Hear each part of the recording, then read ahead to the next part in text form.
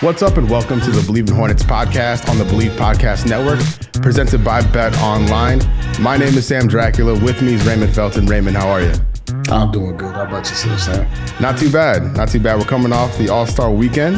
We'll have Hornets basketball resume at the end of this week. We're still kind of like lingering in the effects of All-Star weekend, among some other stuff, which we'll talk about in this episode. So if you haven't already, make sure you subscribe, share the show, tell your friends about us. We're here every single week, so spread the good word. So before we jump into the All-Star stuff and the Hornets stuff, there's some basketball-related news involving Juwan Howard. That news just broke actually maybe a couple hours ago as we're recording this, that Juwan Howard is going to be suspended for the rest of the regular season, which I think amounts to like 5 games. He'll be back for the Big Ten tournament and beyond, depending on Michigan's performance, after he got into a fight with the Wisconsin coaching staff. Raymond, what are your thoughts on this whole situation? Hey, man, touch a grown man, that's what happens. Juwan is like a big brother to me. I was with him in Charlotte, and he took me under his wing and, taught me a lot of things, how to be professional, how to be a professional athlete on and off the court. So this person is family. So by all means, I'm not going to be up here and talking bad about him. He lost his cool just like anybody else, but going back and looking at the whole thing, he felt disrespected. He felt like what the coach did wasn't right. And from what I seen from the video, I think he was trying to walk past him and not shake his hand, and the coach kind of grabbed him and pulled him to him. And as a man, another man grabs you like that, things can get heated, especially when you're already heated. You mad at what he did. You mad because you just lost your game, and tempers flare. And I don't really know what the other guy said that came in the picture later on, but I know Juwan Howard personally, and he had to say something pretty messed up to make him turn around and go around people and smack them. So I don't know what he said, but it was something probably bad and disrespectful. I know this man, like I said, I know this man personally. So it's unfortunate because, you're going to have those critics, those people out here saying, these negative things. He has an attitude issue. He has anger issues. He shouldn't be coaching. And, listen, a lot of coaches have flared up and done crazy stuff and said things that they, sometimes, regret that they said it after the fact. That, this is one of those situations where, he got upset, tempers flared. He did something out of reaction, didn't have a time to really think it through. And, now it is what it is. That doesn't make him a bad person. That don't make him a bad coach. Things happen. We are human. I want everybody to know that we are human beings. Mistakes can be made, and so you have to move past it, forgive, and move on. Because I guarantee you, we can go through all these coaches in the NCAA throughout the years, and nobody's perfect. No, definitely. And two Michigan players are also suspended 1 game each, I believe, as well. Yeah. And then one, the Greg Gard, the Wisconsin coach, was fined $10,000, and a Wisconsin player was suspended for 1 game as well. If you're in that handshake line and you see your coach respond like this, like, how do you respond? Oh, man. Hey, listen, if that coach Roy Williams, I'm going down with him. That's just what it is. You know what I'm saying? That's the type of relationship we had. I'm pretty sure, the team I was on, my team back in the day, it would been all of us. You know what I'm saying? So we'd have been suspended all together for 5 games. We'd have just been 0-5 the next 5 games. We would have no players. You know what I'm saying? That's just how close we was, and that's how much we had Coach Williams back. So if we saw Coach Williams in the dog fight, then we get in that fight with him. That's just what it is. Yeah. All right. Well, we're going to take a quick break, and then afterwards we'll talk about the All-Star break and some Hornets basketball. Stay with us. Football might be over for this season, but basketball is in full steam for both pro and college hoops.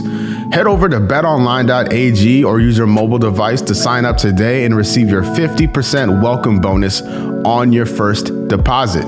Just use the promo code Bleav. Bleav to get started. And it's not just basketball. BetOnline is your source for hockey, boxing, and UFC odds right to your favorite Olympic events. From sports right down to your favorite Vegas casino games, BetOnline is your #1 online wagering destination. BetOnline, the fastest and easiest way to wager on all your favorite sports and play your favorite games. BetOnline, where the game starts. It's Monday night as we're recording this. Yesterday was the All-Star game. The night before, the All-Star Saturday night.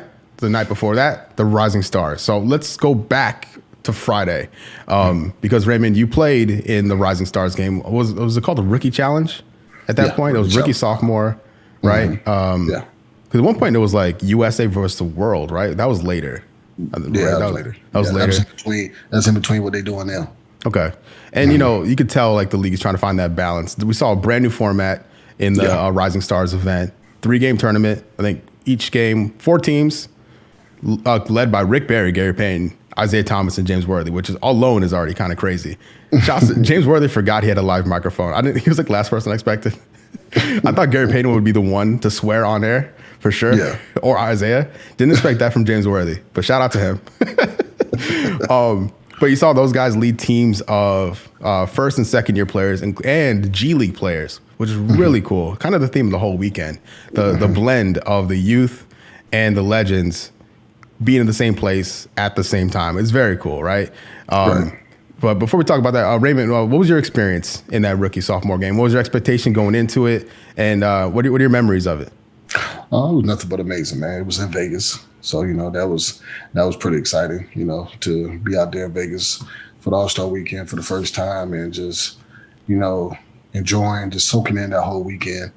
And but playing in that game was just it was an honor, to be, recognized as one of the young elite players upcoming in the league, and just going out there and just playing with your peers, and some of those guys was friends, and just having a good time, man, and going out there and enjoying all the festivities throughout the whole weekend. And like I said, man, it was amazing. It was fun to watch, and it was fun to play in. So I know those guys really cherish those moments. And I like what they're doing now. It's different, but I still like the blend, the mix of bringing the legends back. Bringing the guys who paved the way for us, and to see them come back and be involved the way they are. And I think it's nothing but amazing, man, to have those guys back and be involved, because honestly, the game needs it. It started with those guys. They paved the way for us, like I said, and they got the fans, they got the following, to provide the money and the things that we see nowadays is all because of them. So anything, we should, get on our knees and bow to them, for just, making this all possible. But just to see it though is, man, nothing but amazing. I hate that I missed it, what I'm saying, but that's just something that, I look forward to being a part of here later in the near future.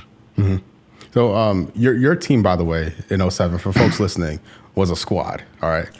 Andrew Bogut, Andrew Bynum, Monta Ellis, yourself, Danny Granger, Luther Head, David Lee, Chris Paul, Darren Williams. Squad. That was a squad. I don't you don't have to pick favorites, but is there anyone from that game or that experience you remember back and I'm really glad I had a chance to play with this guy? Really all of them, man, because none of those guys I ever had the opportunity to play with when I played ball, but Monte.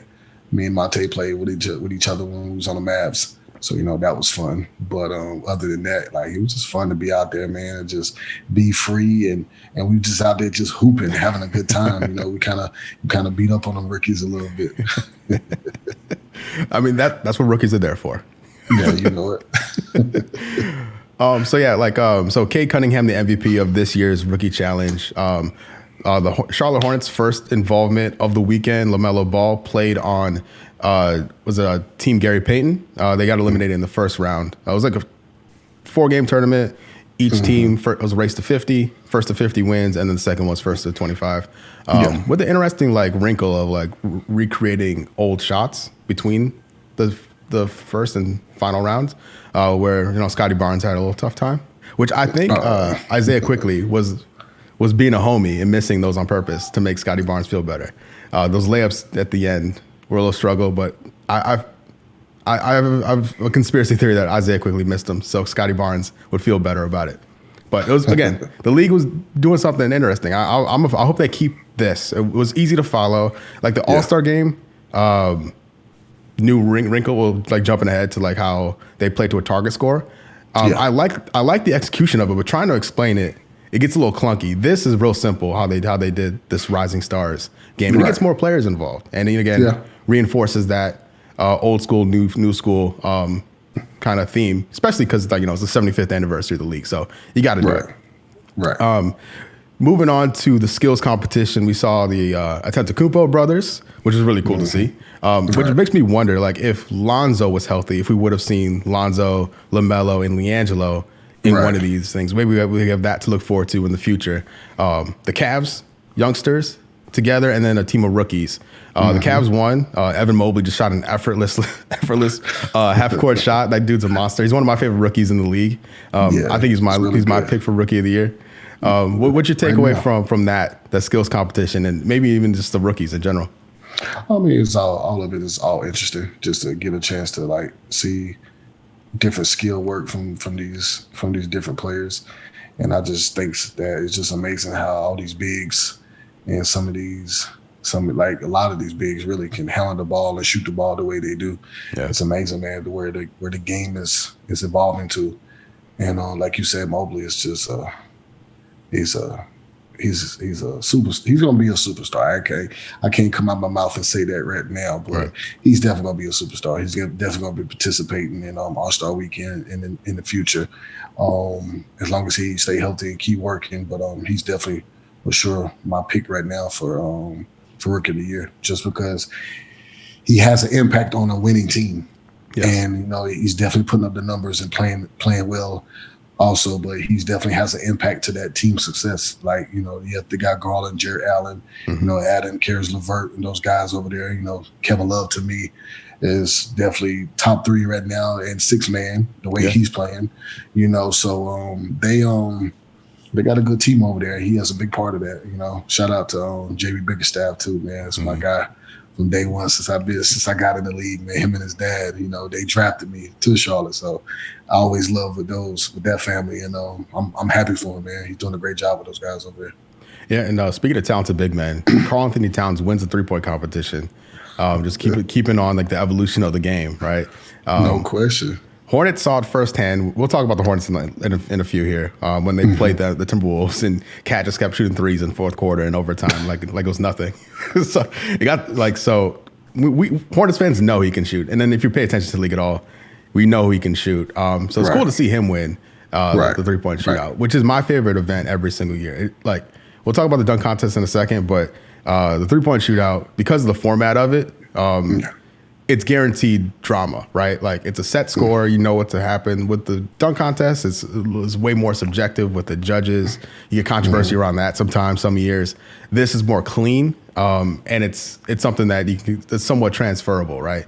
What do you think about the 3-point shootout? I love it. I don't think they should change anything. I mean, the way it's been going, the way the format is set, and to me, like, if I'm those guys, I'll tell them I want to be the person who started.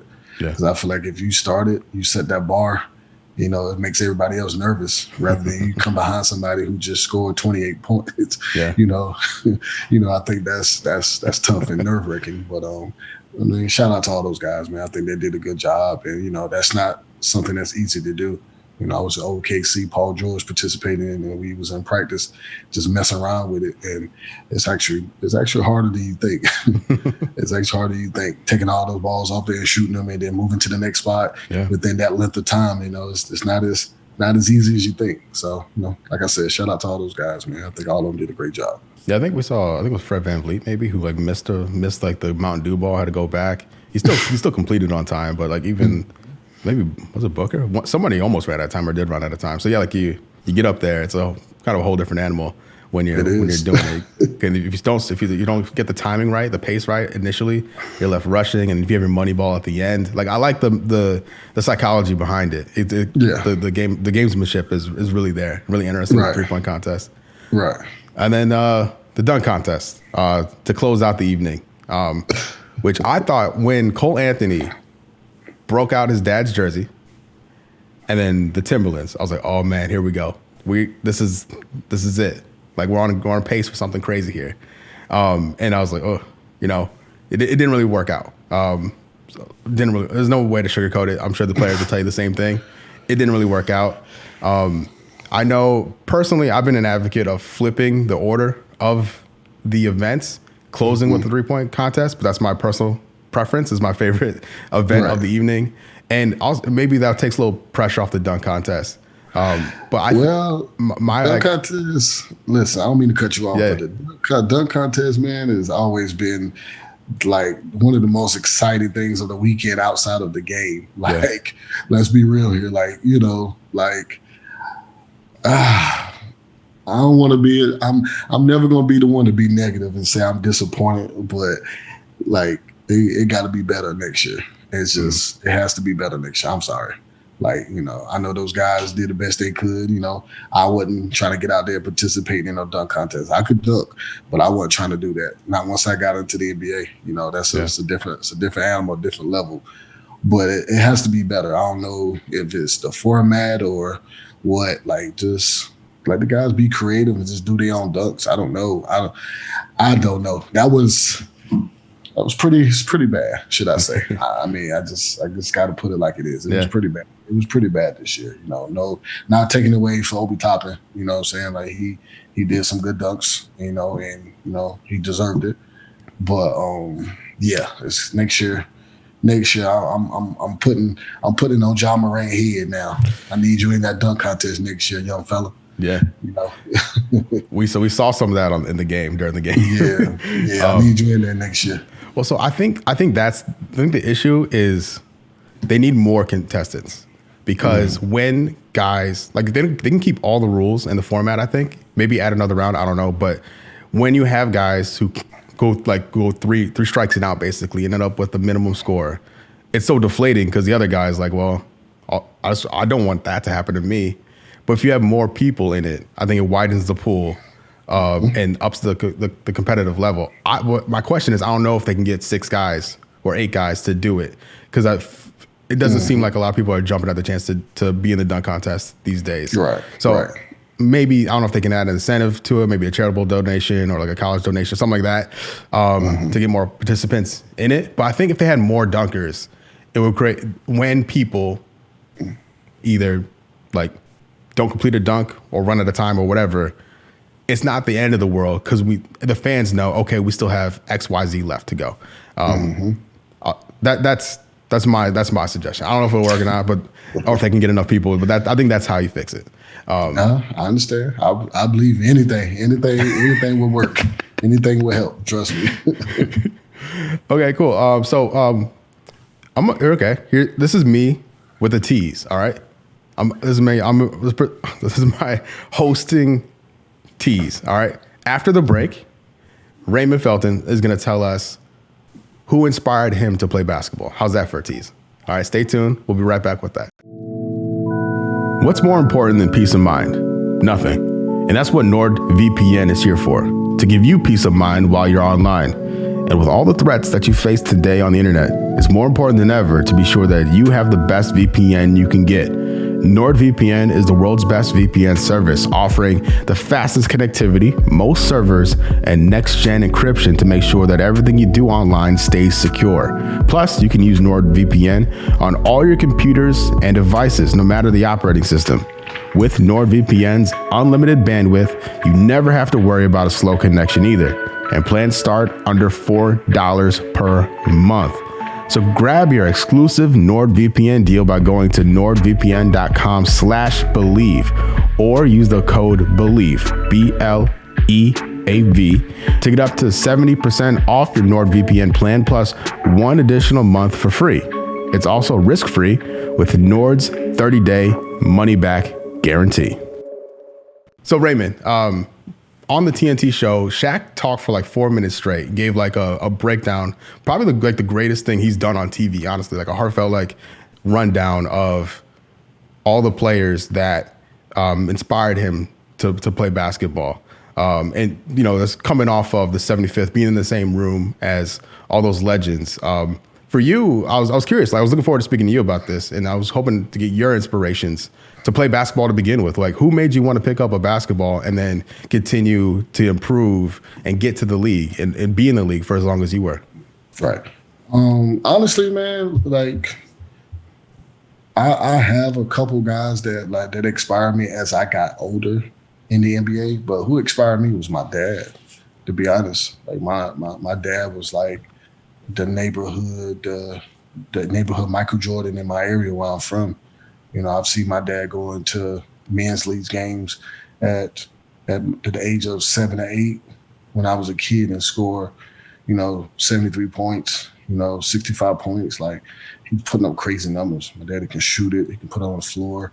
There's so many things he can do. And I was like, man, wow, like, man, I don't want to be like my dad. And as I get older, I'm like, man, that's a lot of pressure to come behind, So it was just like, that was my idol. That's the reason I wanted to play basketball. That's the reason I love basketball. And I loved it myself. But, just watching him grow up and see the things he used to do, like, I always wanted to be like him and wanted to beat him. And then as I got older and I started watching, a little bit more NBA ball and stuff like that, I used to love guards like Rod Strickland, Jason Kidd, Baron Davis, like, guys like that. Because, when I used to jump, I could dunk, jump out the gym, coming into high school, coming into college, like, so those guards like Baron Davis, the way he used to play, real shifty, and get to the basket and he'll punch it on you. You know what I'm saying? Like, I just love watching AI play, just a guy his size that can just score and do what he wanted to do each and every night, I mean, just, and then the list goes on. Obviously, of course, MJ, just the GOAT himself, the man who like basketball is made around this man, you know what I'm saying? So, like, coming up, it was just like that moment of going to Carolina and seeing him for the first time. It was just like, it was like everything to me, man. So, I can give a shout out to a whole bunch of guys, man, that pushed me, that gave me that extra go to want to make it, to want to be good. But as a kid, man, that was my dad. I got to give all the love to him when it comes to that. My dad was my inspiration. He was the man that I wanted to be like. Nice. I think it's really well said. Really well said. I think in Shaq's speech, he had a very similar sentiment about how his dad pushed him to get better at school, so he can go to college and be in the league, get drafted, etc. So yeah, I'm always interested in that because, like, as fans, we see the end product, right? Right. You see you get drafted, or you see in college, see you get drafted, see you play in the league, but we miss out on how you got there, or like what happens when the cameras are off, and like what drives you. So thank you for sharing that. That was really cool. Oh, no question, man. They miss all the playing outside in the grass and the dirt, you know what I'm saying, down in the country, in the woods where I'm from, you know what I'm saying? Like, I saw a story on Ja that kind of made me smile when I saw how his dad used to kill him in the backyard, make him go through drills and stuff like that. And that's my similar story. That's my same story. Like, we didn't have access to gyms like that, like these kids do now. Like, we had to do everything in the backyard. Like, you had to work on your game and you're right there in your backyard. And we couldn't get no cement put down, you know what I'm saying, to get a nice pavement court. We had to deal with the grass and deal with the dirt.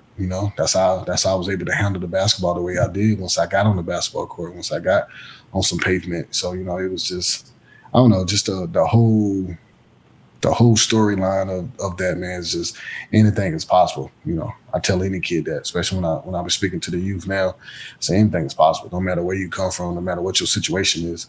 It's all about working. It's all about being dedicated. It's all about, just believing in yourself and just creating a goal in your mind and just going for it and just see what happens, because it can happen. Mm-hmm. Yeah, no. And I think, yesterday it was an all-star game, and we see it like LeBron says he was just a kid from Cleveland, or a kid from Akron. Right. And weirdly enough, Steph Curry was born in Akron too, which is weird how that worked out, considering how he got booed every time he was on TV. Right. Or every time his name was mentioned yesterday. But like shifting over to the All-Star game, we saw LaMelo represent the Hornets first time since 2019. Charlotte represented, and the All-Star game, which was really cool to see. He was actually on the floor in the fourth quarter during that time, which was interesting. He got some crunch time minutes in the All-Star game. Always nice to see. We got some decent shine. You know, didn't really like blow the roof off the place, but when you have Steph shooting, going for 50 points and hitting the all-time record for threes, like how are you going to shine in that Exactly. LeBron poetically hitting the game-winning shot in Cleveland. Right. It was really cool to see. It was a really good event. Like I know, like I guarantee if the dunk contest left you with a bad taste in your mouth, if you watch the All-Star game, that had to erase it because that was so much fun, especially halftime when they brought all the players out. MJ coming out last, it was like, oh, is MJ in the building? Does anyone know? And he comes out, like it was so cool. Like as a fan, like watching from the couch, you could feel the electricity through the TV screen. What were your thoughts on All-Star Sunday? I loved it, man. I was in my room just going crazy every time Steph took a shot. You know what I'm saying? It was amazing, man. That kid could shoot that ball like no other. But just the whole event that day, just like you said, the halftime and bringing out all the legends and just seeing that, man, it was just like I said. I hate that I missed it, man.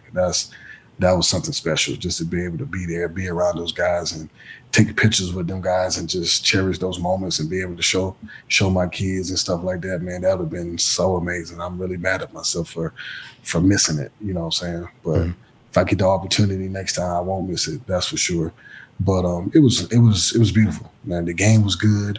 I felt like, you know, the guys had fun at first and then they turned it up as it got later on and it got serious and it was good. Joel Embiid, honestly, if Steph wouldn't have did what he did, Joel Embiid probably would have got MVP.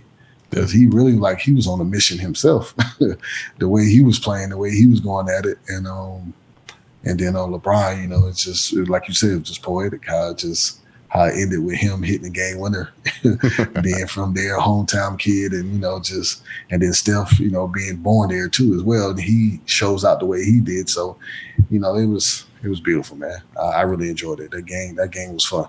Yeah. And even so before the game, the news comes out that Chris Paul is going to miss like about 2 months with a wrist injury, a thumb injury on his right hand, I believe. And they're talking pregame.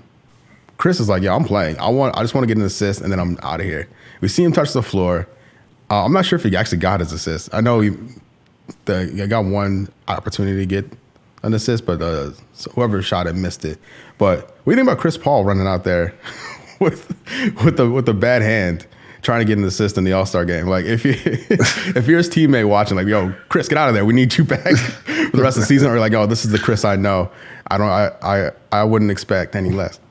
Well, it didn't bother me. You know what I'm saying? It didn't bother me because I know that the guys was going to respect the fact that he was injured. Yeah. You know, you still swiping at balls too with the offhand? Like just after? Yeah, he was tripping with that part. But that's just Chris. That's just Chris being Chris. He just loves the game and wants to be out there and wants to participate. But that's going to be a big loss to Phoenix, that's for sure. Because you ain't just losing a player, you're using your leader. You're using your guy that keeps everything together, you know, out there on that court, you know. But one thing I will say about this team that I've seen this year is that they're well coached. Yeah. You know, Monty is a great coach, and he always had his guys ready to play. And then I think next man up, you know, they're gonna figure it out, get it together, and I think they're gonna win. They're still gonna win some games and still be right up there in that top 1, 2, 3, if not, you know, still stay at 1 because you know they've been through adversity. You know, sometimes throughout this year, and they still was able to win games, you know what I'm saying? So it's one of those situations where it's next man up. Yeah. Next man up. Y'all got to be ready to go. You know, you already know he's out for at least a month and a half, if not longer. So they got to get it together. But I think they'll be fine. But he's definitely going to be missed, that's for sure. Yeah, and just keeping it with the point guards just around the league. Goran Dragic signed with the Nets today. What do you think of that deal? The Nets done what the Nets did in the last week or so, adding to the roster is insane. So I think the Hornets fans, if you had dreams of catching the Nets, I don't know if we're gonna do that now. Right now, the Nets are an 8 seed, 31-28. Hornets are 29-31. You know, whenever Ben Simmons gets back involved, Kevin Durant's going to come back at some point. Joe Harris is going to come back at some point. Drummond and Seth already in the mix, adding Dragic to the mix already. Like, the Nets are going to start pulling away. They're going to catch the Raptors here shortly. I think we'll see them continue to climb up the Eastern Conference as we close out the regular season. But what do you think of Dragic and his addition to Brooklyn? That's big. That's big. You know, especially with that type of offense that they play. Yeah. That's what he thrives in. So another playmaker, another guy who can score it, who can shoot it, another guy who's played in big games, another experienced guy. I mean, played with Steve Nash before, like. Yeah, so that's what I'm saying. So it's going to be one of those situations where he's, like you said, Nets has made some great moves, man. You know, Ben Simmons come back, he's going to be fresh. He ain't played all year. And, you know, he's going to be hungry, ready to come out and, you know, prove a lot of people wrong and shut a lot of people's mouths up. So now you're getting a hungry, young, energetic, athletic, very talented, what is he, 6'11", 7 foot, you know, point guard / forward / center, whatever you want to put him at, he can play. So, yeah. I mean, then you add in Seth Curry, who can shoot the lights out of it as well and just has a great feel of the game, know how to play. Andre Drummond, to me, is like still a great big man in this league who's still hungry, who's still like trying to really reestablish himself back in this league, you know, as a good dominant center, and just rebounding ability that he has, and just that body of just bumping people and being physical. Listen, they have a team put together that can win it. That can win it all. The way they putting this team together, you know. And I just like that move with Goran, because with Kyrie not able to play at home, now you slide in a guy like Goran who can step up and take up those minutes that Kyrie would usually play and help out. You know what I'm saying? Not to mention, you know, Patty. You know, the things that he can do, shooting the lights out of it. And I like the young boy, Cam. He's coming along. He has a great deal of confidence and can score the ball. So that team is put together to do something great. You know, it's just all about, you know, like it always happens, staying healthy and see what happens when it comes to playoffs time. Yeah, so the seeding in the Eastern Conference will be really interesting when the time comes. I really hope, as a Hornets fan, that they play themselves out of the play-in scenario, because that would be a big problem if the Hornets matched up against the Nets in the play-in. That'd be a big issue. Man, I'm gonna be at every game. It'll be a lot of fun, but I mean, I don't know. The way the Hornets been playing lately, I don't know if I want to see them in a Nets play-in series. Maybe in a playoff. I think this Hornets team could take a game off anybody in the league. The way they've been playing when they're fully healthy, but the health is a big issue, because at the moment, still without Hayward, still without Cody Martin, still without Jalen McDaniels. We'll see. Like, March is just around the corner. We should be getting those guys back soon. McDaniels went out first. Cody Martin also has an ankle injury. They all have ankle injuries. It's just kind of the ankle sprains are they're tough, right? Like, they're hard to. Yeah, they're hard to determine how long you're gonna be out. You know, that's a tender part of your body, but also you use your feet a lot. You use your ankles a lot. So you know, a lot of running and turning and cutting and different things you got to do. So if it ain't right, trust me, it's gonna make you sit back down. So I mean, I think Charlotte still is gonna be there and gonna still give somebody some problems when it comes to the playoffs. And you know, like you said, health is definitely a big part of it. But even with that, I think they still got enough firepower to still get over that hump and make the playoffs. Yeah. But getting those guys back healthy, you know, I think they could cause some havoc for sure. Yeah, so like at the moment, Hornets are 9 seed, like I mentioned, 3-game losing streak, 29-31. Coming off 2 really tough losses, 2 overtime losses in a row. Very winnable games against tough opponents, losing to the Timberwolves and the Heat. It's like, all right, well, if you're gonna lose, like those teams are playing very good basketball right now, respectively. So you can stomach that to a certain degree. But when you look at like they're 0-6 in overtime games this year, it's like, oh man, what's going on? Like in my viewpoint, I going into the trade deadline, this team looked like it was burnt out. Like, these guys look tired. We've seen guys get hurt.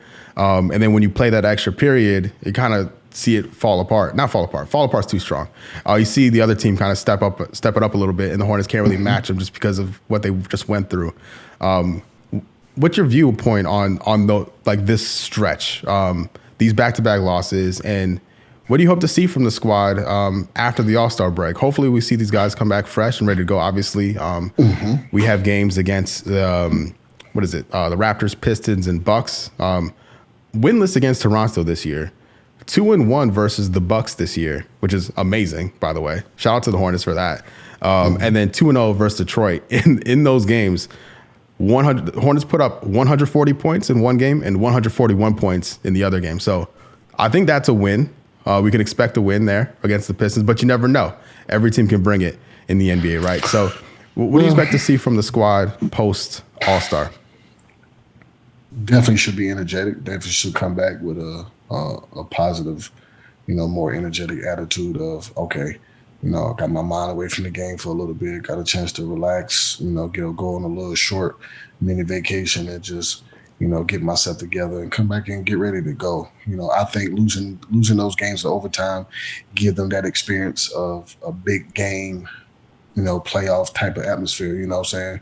Especially against the teams they lost against, some of those teams got some veteran guys that's been through those situations, that know how to win in those situations. And I think having a young team like Charlotte, that's all they missing when it comes to tight, close games, is just knowing how to win at the end, knowing how to make shots, make the right play, not be as flashy as you are in the first three quarters, or even like early in the fourth quarter, just, when the game breaks down at the end, like every possession counts. Each and every one of them, even defensively. Not making little small mistakes on defense can hurt. So, when you got a team like Miami, they got a whole bunch of veteran guys. Yeah, Jimmy Butler's like, I got this. Yeah, you know what I'm saying? I've been to the finals. You got a guy like Jimmy you could throw the ball to and just say, go give me a bucket, go make a play. Kyle Lowry can make plays. You know what I'm saying? Like, it's just, it's just having that veteran presence and having that experience that all those guys have, over there on that team. PJ Tucker, on defense, just know how to be in the right place at the right time, knowing, the right defensive scheme and knowing how to rotate at the right time. It's just things like that just playing helps. And that's all it is. So, I don't take those losses as a bad thing. I don't take those, those 0-6 in overtime. I take it as experience, them learning. That's going to be growing pains that's going to help them as they get later on in the season, as they get into the postseason, getting into these big games. That's going to help, that's my opinion with that. But don't sleep on Detroit, man. Detroit been playing a lot of good basketball here lately, especially going into the break, and I know Charlotte has killed them the two times that they played them. Don't sleep on them though. They kind of got healthy over there at the end. Kelly Olynyk came back, Jeremy Grant came back, and, those guys are kind of, Cade Cunningham is playing good basketball right now. Those guys they're playing better ball right now. So I don't think it's not going to be that easy. Those guys got to really come out and play. Don't look at what y'all did to them the first two times. Come out and really, give them that respect, because they have been playing better basketball. So don't sleep on that game. And you like the players know what happened the last two times. Like, I guarantee the Pistons don't want the reverse is there too, right? There's the flip side of it. It's like, they're not blowing us out again. Like, they're gonna come out ready to play the Hornets. So that's something to be on the lookout for as well, right? Yep. So Raptors Friday, Pistons Sunday.